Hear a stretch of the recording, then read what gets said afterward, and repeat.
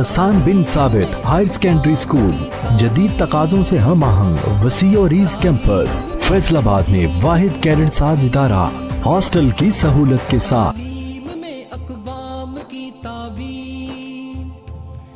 बिस्मिल्लाहिर्रहमानिर्रहीम।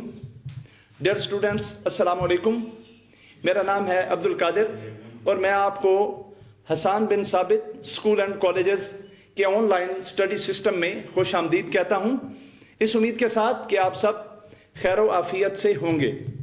Dear students, इस lecture के अंदर मैं आपको उर्दू सब्जेक्ट पढ़ाया करूँगा। इस सब्जेक्ट से रिलेटेड हम जितनी मालूमात होंगी वो आपस में शेयर किया करेंगे और आपके जो सिलेबस है उसके मुताबिक हम इसे लेक्चर्स के अंदर डिवाइड कर लिया करेंगे जी। तो डियर स्टूडेंट्स, क्योंकि यहाँ पर हमने उर्दू सब्जेक्ट के बारे में पढ़ना है और उर्दू बेसिकली एक लैंग्वेज है। किसी भी लैंग्वेज को समझने के लिए, किसी भी ज़ुबान को समझने के लिए उसके चंद बुनियादी असूल, उसके कवानीन और उसके ज़ाब्तों को समझना इंतहाई ज़रूरी होता है। लिहाजा हम अपने सब्जेक्ट को पढ़ें, अपने सब्जेक्ट से रिलेटेड दीगर चीज़ों को पढ़ें, इससे पहले हम उर्दू ज़ुबान से रिलेटेड जितने असूल व ज़वाबित हैं, जितने कवायद और कानून हैं, हम उनको स्टडी करेंगे जी। इसी वजह से हमने आपके सिलेबस के मुताबिक आज जो अपना चैप्टर नंबर 1 सेट किया है वो आप देख सकते हैं कि वो है अज्जाए कलाम। तो अब इस चैप्टर को हम इसलिए समझेंगे ताकि हमें उर्दू ज़ुबान से रिलेटेड तमाम असूल व ज़वाबित समझ में आ जाएं। तो डियर स्टूडेंट, सबसे पहले तो हम इन्हीं अल्फाज के ऊपर बात करेंगे और इन दो अल्फाज को समझने की कोशिश करेंगे कि जो चैप्टर का नाम है अज्जाए कलाम। हमने सबसे पहले यह सीखना है कि अज्जा किसे कहते हैं और फिर कलाम किसे कहते हैं। अज्जाए कलाम यानी कलाम के अज्जा। तो डियर स्टूडेंट्स, इसमें सबसे पहले आप इसे तवज्जो से देखिएगा।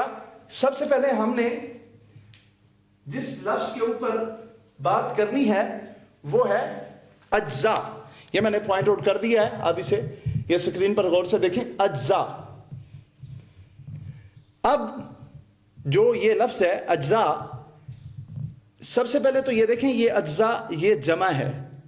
इसका वाहिद जो लफ्ज है वो है जुज, यानी अज्जा जुज की जमा है जी। अब हम इसके लफ्जी मतलब पे आते हैं कि लफ्ज जुज का लफ्जी मतलब क्या है। तो ये यहां पर मुतवज्जे हों, जुज की जमा है यानी अज्जा, अज्जा जुज की जमा है और इससे मुराद है हिस्सा जी। जुज का मतलब होता है हिस्सा, टुकड़ा।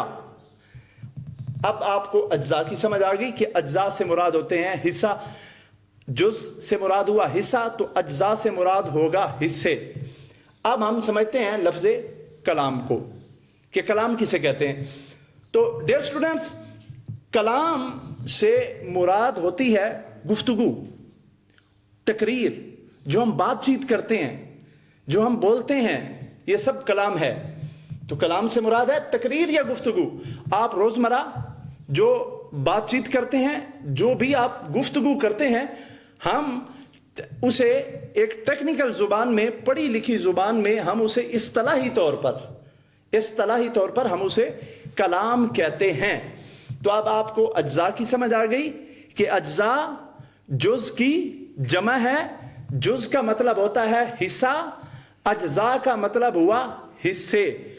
और कलाम की समझ आ गई यानी तकरीर या गुफ्तगू, और यूं भी समझे बातचीत भी से आप कह सकते हैं। तो अब अज्जाए कलाम का लफ्जी मतलब होगा गुफ्तगू के हिस्से, बातचीत के हिस्से। अब जब आपको अज्जाए कलाम इन दो लफ्जों की समझ आ गई है तो डियर स्टूडेंट, अब आप मुतवज्जे होंगे। अब मैं आपको इसकी डेफिनेशन यानी इसकी तारीफ की जानिब लेकर चलूंगा। यहां पर ये देखें, ये कलाम हो चुका है। अब हम इसकी तारीफ की जानिब आते हैं।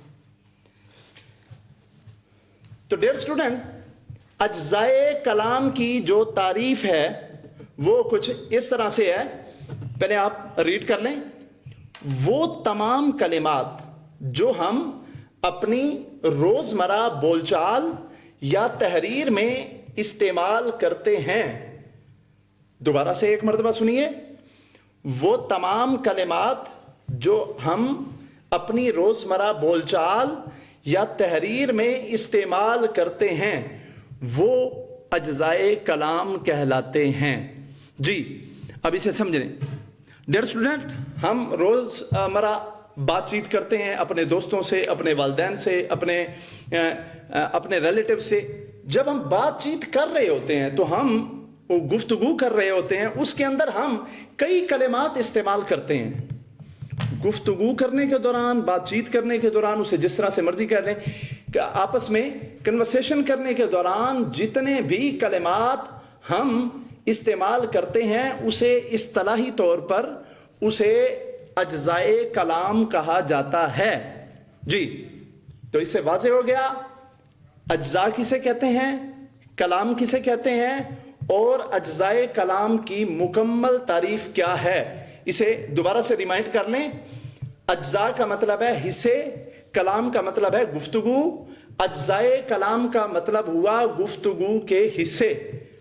اور اب اجزائے کلام کی تعریف کچھ اس طرح سے ہے کہ ہم اپنی روزمرہ بول چال میں، ہم اپنی بات چیت میں جو کلمات استعمال کرتے ہیں اردو زبان میں اسے اجزائے کلام کہتے ہیں.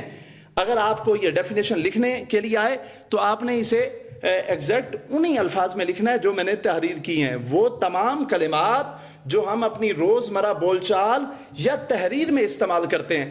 یہاں پر میں آپ کو یہ بتا دوں کہ جو ہم بول چال میں کلمات استعمال کرتے ہیں وہ بھی اجزائے کلام ہیں، لیکن صرف بول چال نہیں. یہاں پر ایک اور لفظ دیکھیں، یا تحریر، یعنی جو لکھنے والے لوگ ہیں، جو لکھاری ہیں، جو کتابیں لکھنے والے ہیں، وہ اپنی کتابوں کے اندر، اپنی تحریروں کے اندر، اپنے کالموں کے اندر جو الفاظ تحریر کرتے ہیں وہ الفاظ بھی اجزائے کلام کے زمرے میں آتے ہیں.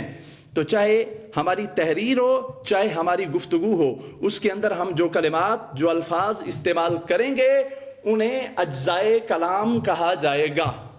جی تو ڈیئر اسٹوڈنٹ، یہ تھا ہمارا آج کا پہلا لیکچر اجزائے کلام کے حوالے سے. امید ہے کہ آپ کو یہ سمجھ آ گیا ہوگا. آپ نے اسے اپنی کاپیوں کے اوپر تحریر بھی کر لینا ہے اور اسے بار بار سننا بھی ہے تاکہ آپ کے دماغ کے اندر یہ مکمل طور پر آپ کو یاد ہو جائے، آپ کو حفظ ہو جائے اور آپ بڑی ڈیٹیل سے اس زبان کو سمجھیں تاکہ یہ ہماری نیشنل زبان ہے، اس کے اصول و ضوابط سے آگاہی ہمارے لیے انتہائی ضروری ہے.